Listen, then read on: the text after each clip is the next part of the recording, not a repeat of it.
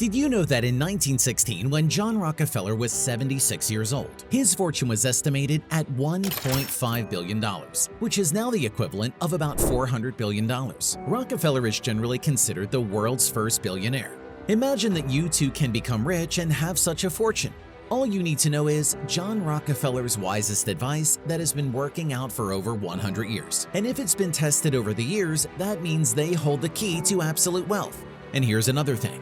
Virtually any modern billionaire will tell you that they relied exactly on Rockefeller's advice.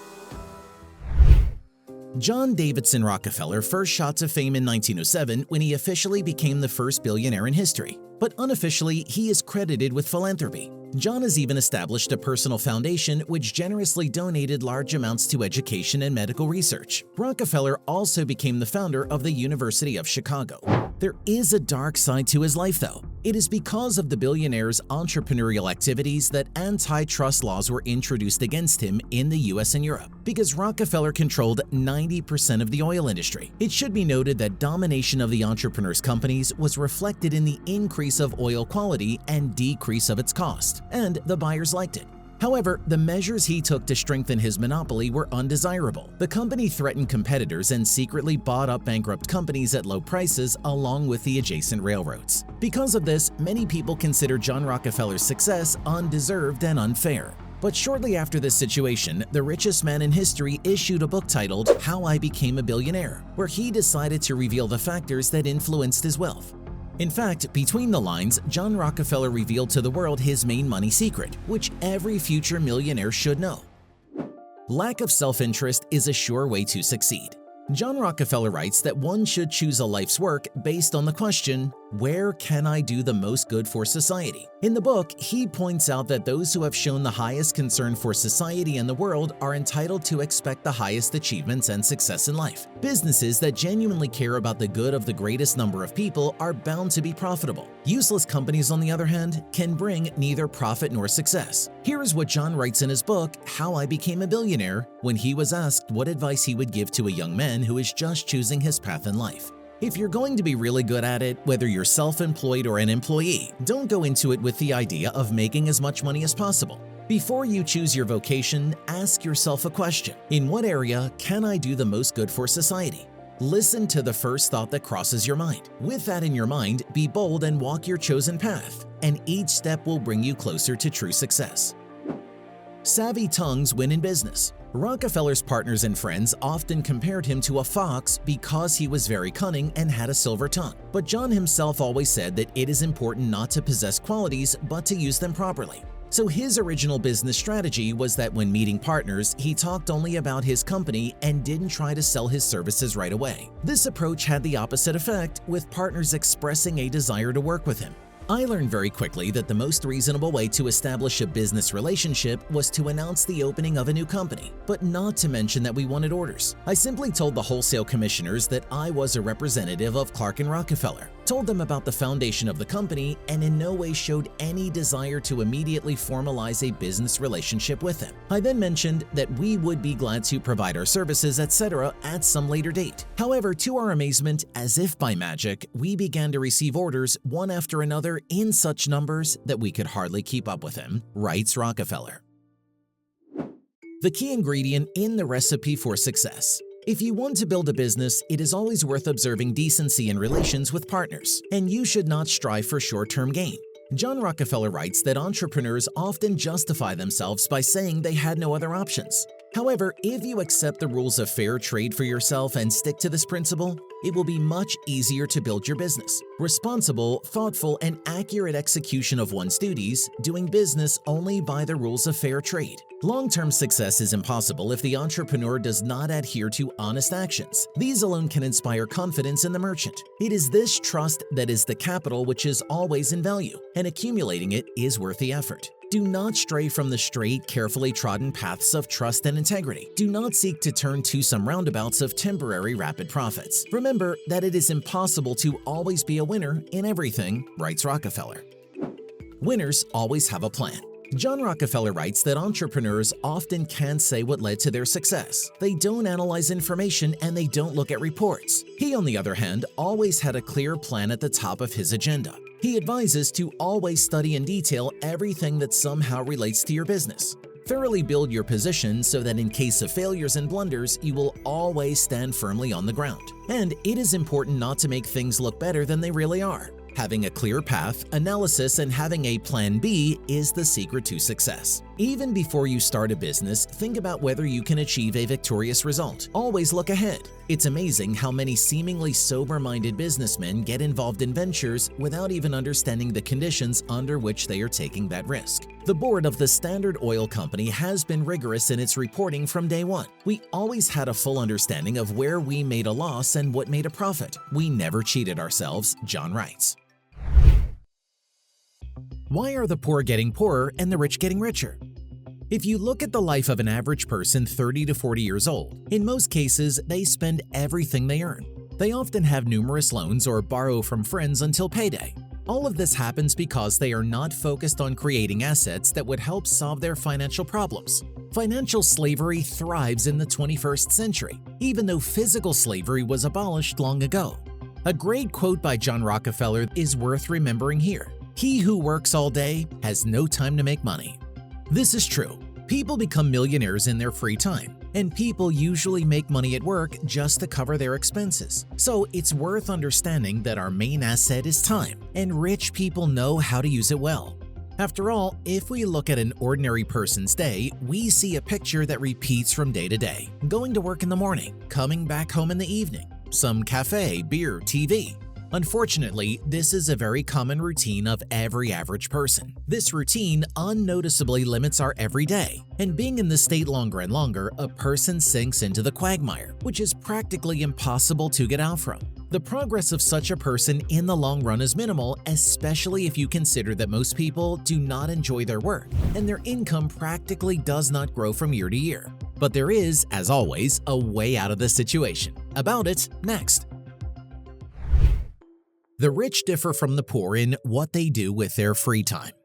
The proper use of time is the key to achieving wealth and passive income as one of the tools of financial freedom. After all, in order to create a passive income, you have to work very hard first, most often for several months or even years. But after that, you can quit your job and become a wealthy person. You need to radically change your approach to using your free time, especially at the stage when you want to achieve great financial results. You need to tighten your belts and concentrate on dedicating all your remaining free time from work to creating passive income. That way, after a certain amount of time, not only will you forget about the daily grind of your slave job by leaving it, but you will generally be free to spread your shoulders and enjoy life. The secret of passive income. The main task of a passive income is to give a steady cash flow. Ideally, a passive income should provide for your daily lifestyle. Basically, you can build a mechanism that will provide for you. Of course, the key to such a money chess game is in choosing the right financial instrument. For example, you may have no difficulty generating intellectual income. Any information product is pretty valuable nowadays, and there are many examples of its monetization. Also, it's worth mentioning legal income and marketing income. The secret of passive income is to build stable sources of income that can work on their own or require minimal involvement after an initial investment of time, resources, and effort. However, it is important to remember that building a passive income usually requires upfront work and strategic planning. And most importantly, it is vital to decide on the very type of passive income that is guaranteed to bring you the profits you expect. Passive income types, which one to choose? It's unlikely that someone can say exactly what method will work for you personally, but the most reliable, which you can choose regardless of personal income, is to save money in an investment account, buy bonds, and dividend stocks. It's a balance between yield and safety. In addition, it doesn't depend on luck or talent. If you don't want to get involved with the stock market just yet, then look into bank deposits. They are the most reliable option. True, not the most profitable one. Interest on deposits barely outpace inflation, and your passive income will not be as great as if you bought bonds. The main thing is to start generating passive income as early as possible. Even children know the success of this strategy because it has been featured in cartoons many times. In particular, it was mentioned in one of the episodes of Futurama.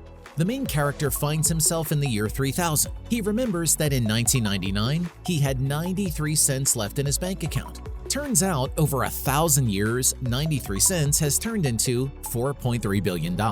Each year, his account balance accrued about 2.2%. At 1 year's distance, that's very little, but over 1,000 years, the math did the trick. That's how compound interest works. If you don't spend but reinvest profits, your passive income will be even higher in the future. Interestingly enough, most people say, but a few months or years is a long time. I'm not willing to wait that long. Therein lies the psychological trap. Usually, most people's working period lasts 30 to 40 years, and then they receive only a pension. This, without exaggeration, handouts becomes their only source of existence. It turns out that we can work 30 years in a row, in most cases at work that we hate, but we do not have the patience to take care of our financial future and retire at, say, 30 or 40 instead of 55 to 60 years. There's no need to fool yourself, because if you've definitely decided that you want to create a passive income and have more free time, then you need to take decisive action to change your life. By the age of 25, John D. Rockefeller controlled one of the largest oil refineries in the country. By 31, he was the world's largest oil refiner. By 38, he controlled 90% of the oil refined in the United States. And by the time he retired at age 58, he was the richest man in the country. By the time he died, Rockefeller was the richest man in the world. To his critics, Rockefeller is a ruthless capitalist who didn't stand competition and created a vicious monopoly. To admirers, he is a business genius, the personification of the dream of success achieved by one's own labor, one who strengthened an unstable industry, created new jobs, and brought down oil prices. Perhaps the most amazing quality of this individual was his incredible self-control. John understood, if you want to be your own boss, you have to learn how to control yourself. Keep your promises. Ron Chernow, a biographer of John Rockefeller, mentions that the millionaire was always proud about strictly keeping his contracts and paying his debts on time. In his memoir, John Rockefeller says that all his creditors always got all the right payments on time. John's own father sometimes asked for a loan payment at a bad time, but even for him, John made no exceptions. Fulfill all communication on time. Such a trait would be appreciated by everyone: your business partner, your boss, and your loved ones. Keep track of money. Rockefeller worked from the age of 7. According to various versions, he helped a neighbor on the farm take care of the vegetable garden and animals, or raised turkeys himself and sold them to neighbors. When John got his first money, his mother advised him to get a ledger to record how much he earned and how much he spent. Rockefeller's father worked as a traveling salesman and was often away, so his mother had to economize on everything. That's why she got her children into the habit of keeping track of money. By the way, Rockefeller was proud of his first jobs and even celebrated Job Day every year on September 26th. On this day in 1855, he got a job at Hewitt & Tuttle. Rockefeller considered this day more important than his own birthday and said, "My whole future seemed to depend on this day, and I shudder when I ask myself, what if I hadn't gotten the job?" Don't forget about such a concept as a budget. There are now plenty of apps, diaries, and spreadsheets for every taste that can help you manage your budget effectively. Don't overlook this important detail. Give this video a thumbs up if you finally decided to manage your budget. Let's see how many of us are inspired and are willing to go towards success. Be generous. John Rockefeller always paid dividends to the shareholders of his company. He guaranteed them a steady income, and he also paid out in company stock and paid his employees' salaries in stock with their consent. During his lifetime, John Rockefeller spent more than $500 million on charity. The entire Rockefeller family has been constantly engaged in philanthropy throughout its history, and Rockefeller Jr. founded the Rockefeller Foundation in 1913. As the saying goes, if you can help, then help. Contemporaries also talk about the importance of human generosity, and if they mention it so often, it means they know something. Build trusting relationships. Rockefeller said that he owed his success in life to his confidence in people and his ability to instill confidence in themselves. Rockefeller considered his ability to trust people and gain trust as one of the key ones to his own success. So one of his rules of wealth is to build honest, trusting relationships with people. Yes, sometimes it's hard for us to trust because there are a lot of people in the world who want to cheat us all the time. Carefully observe human behavior, habits, and keeping promises. Be flexible and disciplined. Thanks to this, people will reach out to you and want to have a relationship of trust. Find your passion. One of John Rockefeller's most popular sayings was, "There is nothing more despicable and pathetic than a man who devotes all his time to making money for the sake of money itself." John believed that if the only goal is to become rich, one will not achieve it. In business, it is important to find what you really love, not to build a business just for the money. Ideally, a business should be a tool to reach a goal that lights you up. Burn with your business. Think about how it will benefit society. This is the only way you will convert your energy into a truly incredible product, and with it, you will become incredibly rich. Plan and be persistent.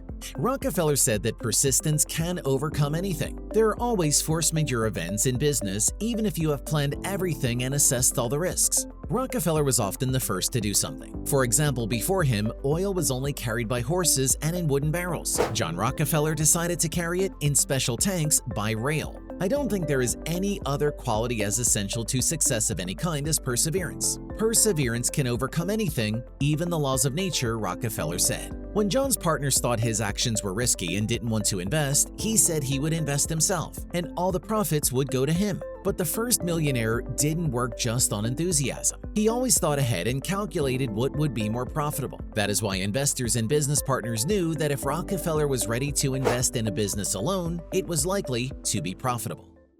Respect people. Rockefeller tried to make his employees feel part of the Standard Oil Company, so he took the time to berate employees, praise them, and even went out to work with them. I would rather hire someone with enthusiasm than someone who knew everything. Some historians believe that, on the contrary, Rockefeller treated the workers poorly, but most still confirm that the first millionaire had a good reputation as an employer. Learned financial literacy. In his family, John Rockefeller established such rules. Part of his income should be spent on charity, another part should be put into a bank account, and the rest can be spent. Probably, this is what led to the fact that the family is still preserving and increasing its wealth. The children in the Rockefeller family learn how to earn and manage money from an early age, which enables them to grow up to be competent managers and preserve the family capital. John's grandson, Nelson Rockefeller, recalled growing vegetables and rabbits on his own as a child so he could earn money, because his parents only gave him 25 cents a week. Study income and expense reports. In his memoirs, Rockefeller wondered why American businessmen do not like to deal with reports. He recalled that when he was employed, his boss got a stack of reports and he said without looking, "Pay them." Rockefeller, on the contrary, would have preferred to check everything and only then pay. The first millionaire believed that one should not be afraid of negative reports on the company's income and expenditures. On the contrary, if something didn't go according to plan in the business, you should study the reports as carefully as possible. Knowing the numbers is a strength that many people simply forget about. This is especially true when it comes to business. Be attentive to the data. Sometimes it reveals absolutely new things about something you thought you knew. Look for the benefits. John Rockefeller said, "I never knew what I would end up being in this life, but I always knew I was born for something greater." He was always looking for ways to make something better and more profitable. For example, he had several iron mines. One day, Rockefeller did the math and realized it was more profitable to transport ore by ship rather than by train. So he built his own fleet from scratch to transport ore. This made it possible to transport not only the ore, but also 50,000 barrels of oil a day to Europe alone. It's up to you whether you want to be poor or rich. The rules of wealth are as follows. By our thoughts and actions, we influence our future and our financial situation. Rockefeller believed that one of the main conditions for the success of any person is communication. You would think, what's so special about it? But John was convinced that people who can't communicate rarely become rich. Money comes to us through other people. Communication gives us knowledge. The more communication, the more knowledge. Also, we must not forget the acquaintances and connections that we make, which may be very useful in the future. Improve your communication skills. Learn how to attract people, how to make them feel comfortable and show that it is interesting to talk to them. Today, you can meet the owner of a large business at a small party, and tomorrow they could call you with an amazing job offer. Be confident in yourself. Dear viewers, share in the comments what your main goal in life is. Let's share our desires with each other and get motivated to succeed. And this is the main channel on wealth and success. Subscribe to find out more secrets of billionaires.